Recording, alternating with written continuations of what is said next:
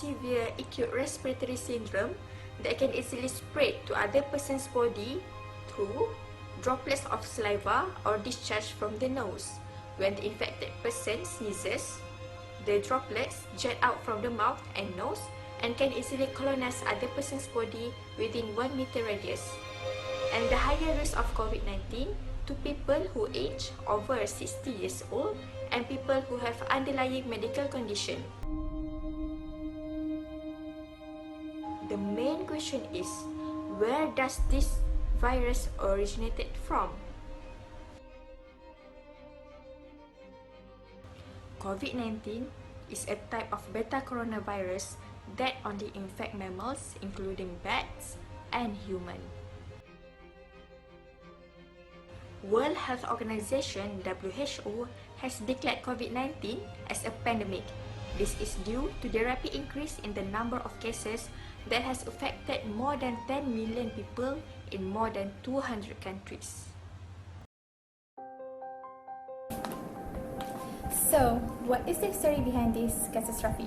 Previously, in 2002, there were outbreaks caused by SARS-CoV happened in Guangdong, China. Then, a decade later, in 2010, another pathogenic coronavirus, MERS-CoV, caused endemic in the Middle Eastern countries. And recently, on 31st December 2019, novel coronavirus was identified in Wuhan, China. Then, on 30 January 2020, first recorded cases outside China was reported in Thailand. The International Committee on Taxonomy of Viruses (ICTV) named the viruses as SARS-CoV-2 and the disease is COVID-19. Genomic analysis revealed that SARS-CoV-2 is phylogenetically related to a severe acute respiratory syndrome like bat virus. So, this coronavirus disease could be from bats. Next, the symptoms of COVID-19 are headache, flu, fever, off of breath, sore throat, and severe cough. The detection of COVID-19 can be done by swabbing into people's nose and throat.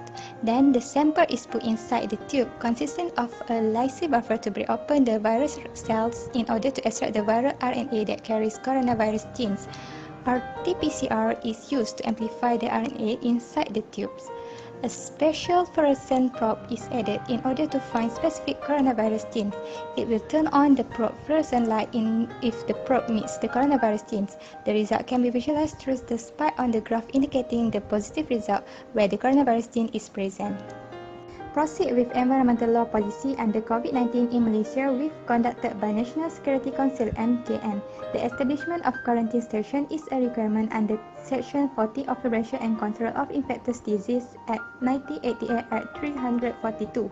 Apart from that, Ministry of Health (MOH) dealt this crisis by using Malaysia Strategy for Emerging Disease and Public Health Emergency Mindset 2 Work Plan 2017 until 2021 based on UPSET 3.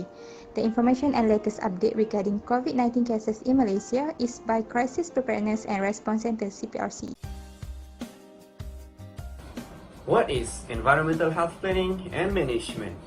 It is a framework that covers the safety of the people living or working in an area in all possible manners. So, in response to COVID-19, the global overreaching goal is to control the pandemic by slowing down the transmission and reducing the mortality associated with COVID-19. There are several strategies used to achieve this goal. Firstly, is to mobilize all entities, sectors, and bodies to participate and respond to the cases, and also preventing it by social distancing and hand hygiene in basic. Number 2, to control sporadic cases and clusters and prevent community transmission. Number 3, to suppress community transmission by using appropriate measures domestically and internationally. Number 4, to reduce mortality by providing sufficient clinical care. And last but not least, number 5, to develop safe vaccine and effective therapeutics, which is still under progress. Malaysia is currently one of the fastest countries that managed to recover from this pandemic because of tremendous cooperation and teamwork from all parties. The contingency plans that were built by the government are truly impactful to combat the disease.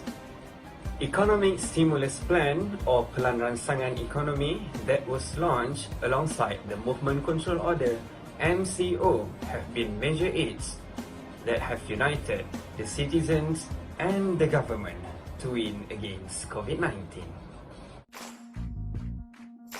The chronology of Movement Control Order MCO.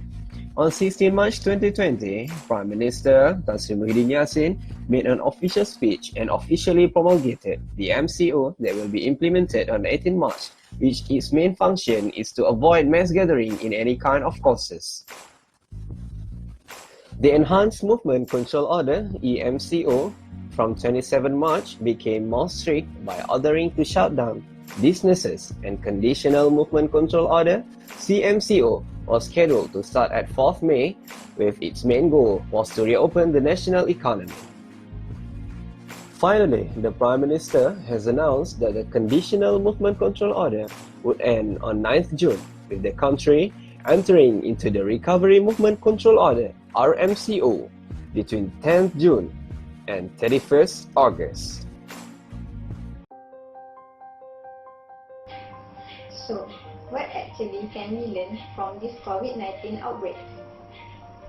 First and foremost, the government has to take fast action regarding this matter in order to prevent the spreading of this disease from occurring in our country, Malaysia. The action of Tun Dr. Mahathir Mohamad, which opposed the travel ban, might a little bit put Malaysia at risk. Why?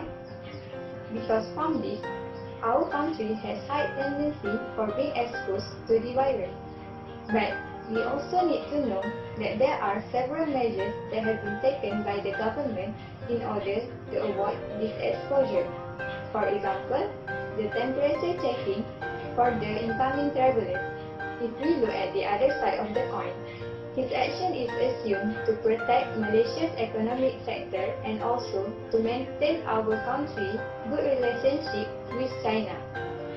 Then, as soon as the former government has been replaced by a new one, a sequel of MCO or Movement Control Order has been administered.